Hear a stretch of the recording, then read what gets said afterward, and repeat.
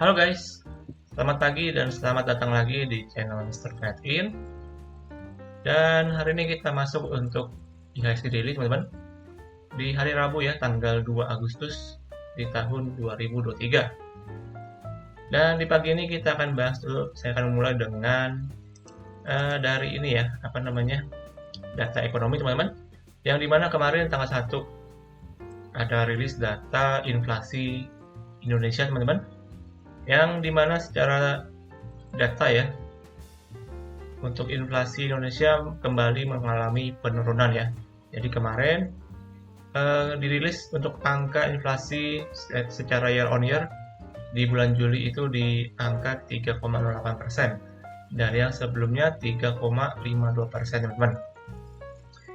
Ini menunjukkan sebenarnya bahwa inflasi udah mulai bisa terkendali. Jadi harusnya ke depan saya rasa nantinya suku bunga dari Indonesia akan kembali bisa perlahan-lahan diturunkan ya tentunya. Tapi mungkin Bank Indonesia masih menunggu untuk bagaimana kebijakan The Fed nih juga akan menahan suku bunga mereka atau bisa juga akan kembali menurunkan ya dari The Fed sendiri. Dan ketika itu terjadi, saya rasa nanti ke depannya untuk dari Bank Indonesia juga akan kembali menurunkan suku bunga acuannya. Oke, itu sekilas untuk data ekonomi dari yang kemarin teman-teman. Untuk hari ini kita akan review sedikit untuk market kemarin ya. Penutupan IHSG kemarin terkoreksi teman-teman. Ini cukup lumayan dalam ya, 0,65% di level 6.887. Terlihat kemarin itu cukup banyak yang terjadi koreksi teman-teman. Dimana secara sektoral terlihat kemarin itu mayoritas semuanya ditutup merah nih secara sektoral dengan pelemahan yang cukup signifikan dari sektor kesehatan teman-teman. Banyak yang mengalami bantingan ya di sektor tersebut, dan juga sektor-sektor lain yang secara koreksinya cukup lumayan dalam juga teman-teman. Jadi harap diwaspadai ya, untuk potensi hari ini saya rasa masih bisa akan kembali mengalami tekanan dari market. Kemudian kita pantau juga untuk rupiah per pagi ini, so far kembali sedikit melemah untuk rupiah kita di angka 15.100-an rupiah teman-teman. Kemudian kita langsung cek aja ya untuk teknikal. Nah, secara potensi hari ini kita lihat setelah kemarin terlihat secara candle nih cukup kurang bagus ya secara candle di sini. Candle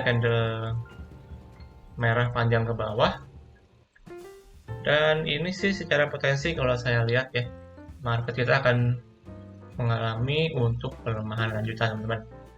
Karena secara time frame yang lebih kecil kita akan lihat setelah kemarin dia sempat menguji ke resistannya di sekitar 6.960-an ya di sini. Namun reject teman-teman dari resistnya, lalu terkoreksi, lalu kemarin itu sedikit pullback ke atas teman-teman, dan kembali tertekan lagi nih. Jadi menurut saya potensi untuk market di hari ini masih akan kembali sedikit mengalami tekanan ya. Yang pertama mungkin akan menguji nih ke sekitaran level 6.860-an lagi. Ini akan diuji kembali menurut saya. Kalau misalkan dijebol, maka nextnya berpotensi bisa menguji sampai ke 6.840-an, bahkan bisa ke 6.820 nih. Karena di sini masih ada gap yang masih belum ditutup oleh indeks kita. Jadi harusnya cepat atau lambat market kita akan bisa menguji kembali ke sana teman-teman. So, jadi untuk hari ini terlihat akan mengalami kembali koreksi. Jadi harap tetap waspada untuk teman-teman semua yang lagi aktif trading di market, terutama yang posisinya di atas ya. Ini harap tetap diwaspadai, karena ketika IHSG merah tentunya akan cukup berpengaruh kepada emiten-emiten di dalam bursa kita teman-teman. Oke. Kemudian untuk pagi ini kita akan bahas untuk satu emiten teman-teman, untuk emiten update. Di pagi ini saya akan membahas dari emiten INDF ya, atau Indofood, yang dimana kemarin merilis laporan keuangan untuk kuartal 2 mereka, yang secara laba bersihnya kembali meningkat signifikan nih. Kita akan coba lihat untuk beritanya sekilas. Emiten consumer PT Indofood Sukses Makmur atau INDF mencetak laba bersih senilai 5,56 triliun pada semester 1 2023. Capaian tersebut melejit 91,8% secara year on year ya dibanding periode yang sama di tahun 2022.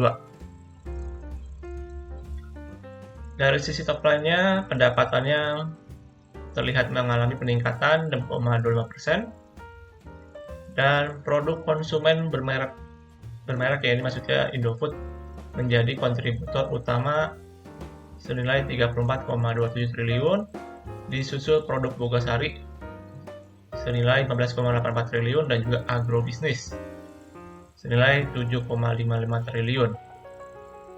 Sedangkan untuk pasarnya, untuk INDF masih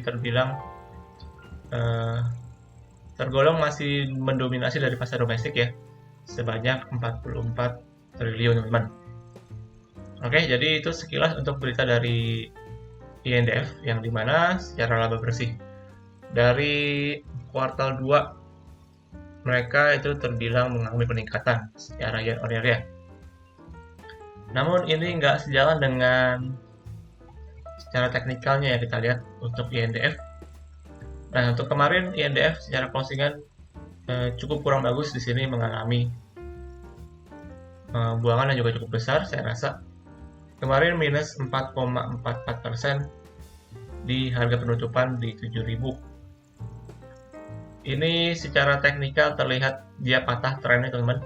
Dari tren pendeknya lihat patah di sini. Kemarin juga dia breakdown support di sekitar 7.200 ya. Dia breakdown support. Jadi ini kita lihat setelah kemarin dia mengalami peningkatan, penguatan teman-teman. Lalu konsolidasi dan juga terreject nih dari resistennya. Dan akhirnya kemarin itu dia ke breakdown. Jadi mungkin dengan momentum rilisnya laporan keuangan ini dijadikan untuk mereka jualan ya untuk di INDF ini. Dan secara potensi ini INDF menurut saya akan dalam jangka pendek akan mengalami pelemahan lanjutan ya, akan mengalami koreksi. Untuk support yang pertama ada di 7.000 nih, yang udah dituju oleh INDF. Nextnya kalau misalkan dijebol, saya rasa ada potensi dia bisa menguji ke 6.700 sampai dengan ke 6.800 sebagai next supportnya ya. Dan juga kita masih lihat di sini masih ada gap yang terbentuk di sekitar 6.500. Jadi nggak menutup kemungkinan juga INDF akan menguji kembali ke sana teman-teman.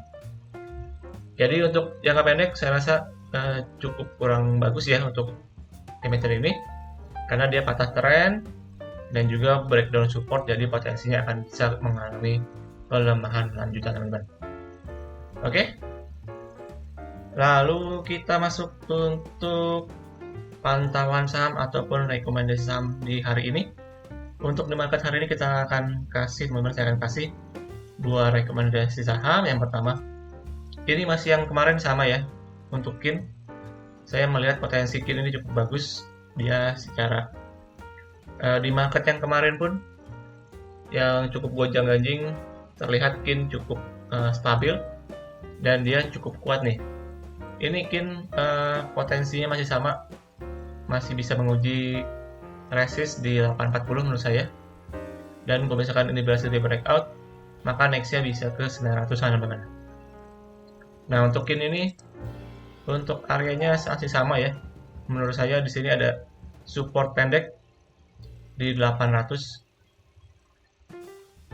Jadi bisa dipantau nih dekat-dekat area tersebut. Kalau teman-teman ada yang mau coba spekulasi, mungkin masih bisa menurut saya. Karena terlihat dia cukup kuat di support 800 ini. Namun kalau misalkan mau yang lebih jauh, teman-teman bisa tunggu di sekitar 790-an nih. Tapi saya rasa sih support 800 ini cukup kuat ya, nggak dijebol kemarin itu. Jadi untuk hari ini saya rasa akan bisa mengalami pergerakan untuk KIN. Namun kalau misalkan ternyata nggak sesuai dengan ekspektasi kita dan dia kembali untuk jebol 780, saya sih prefer untuk bisa dibuang dulu teman-teman untuk emiten dari KIN ini.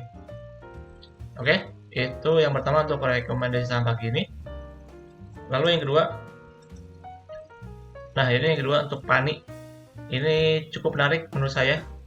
Kemarin di tengah market yang cukup kurang bagus, PANI ini mengalami penguatan 6,49% ya.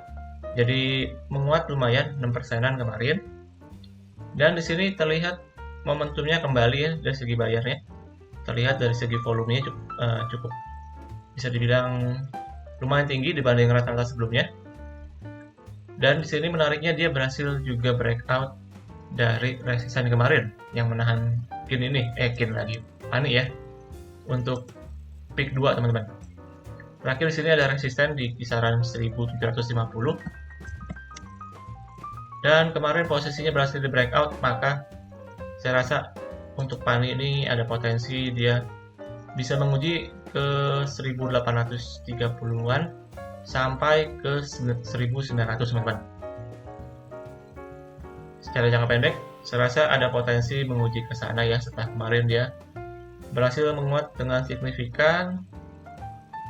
Dan ini PANI posisinya udah benar-benar menuju ke all time high ya. Kalau misalkan dia bisa berhasil breakout ke atas 2000 aja, ini potensinya udah bisa kembali menuju all time high-nya teman-teman. Oke, jadi untuk PANI, untuk areanya mungkin karena kemarin meningkat cukup signifikan ya. Ini ada support pendek ya, area pendek mungkin di 1780 teman-teman. Mungkin yang mau coba spekulasi pendek, misalkan nanti pagi, ntar waktu market open, dia sedikit kembali koreksi ke sana, saya rasa bisa nih untuk dicoba untuk potensi PANI ini mengalami penguatan lanjutan. Oke. So, jadi untuk pagi ini dua rekomendasi sahamnya ada KIN dan juga PANI ya, yang bisa dipantau untuk teman-teman semuanya. Oke, dan juga berakhir untuk hari ini dari pembahasan kita di IHSG Daily hari Rabu ya teman-teman, tanggal 2 Agustus 2023. So guys, thank you untuk hari ini. Jangan lupa juga untuk kalian akan kembali analisa ulang untuk setiap analisa yang saya berikan. Dan juga jangan lupa untuk subscribe, like, komen, dan juga share kepada teman-teman kalian. Dan semangat ya untuk pagi ini, di market pagi ini. Semoga kita diberikan keberkahan dan juga kemudahan di market hari ini.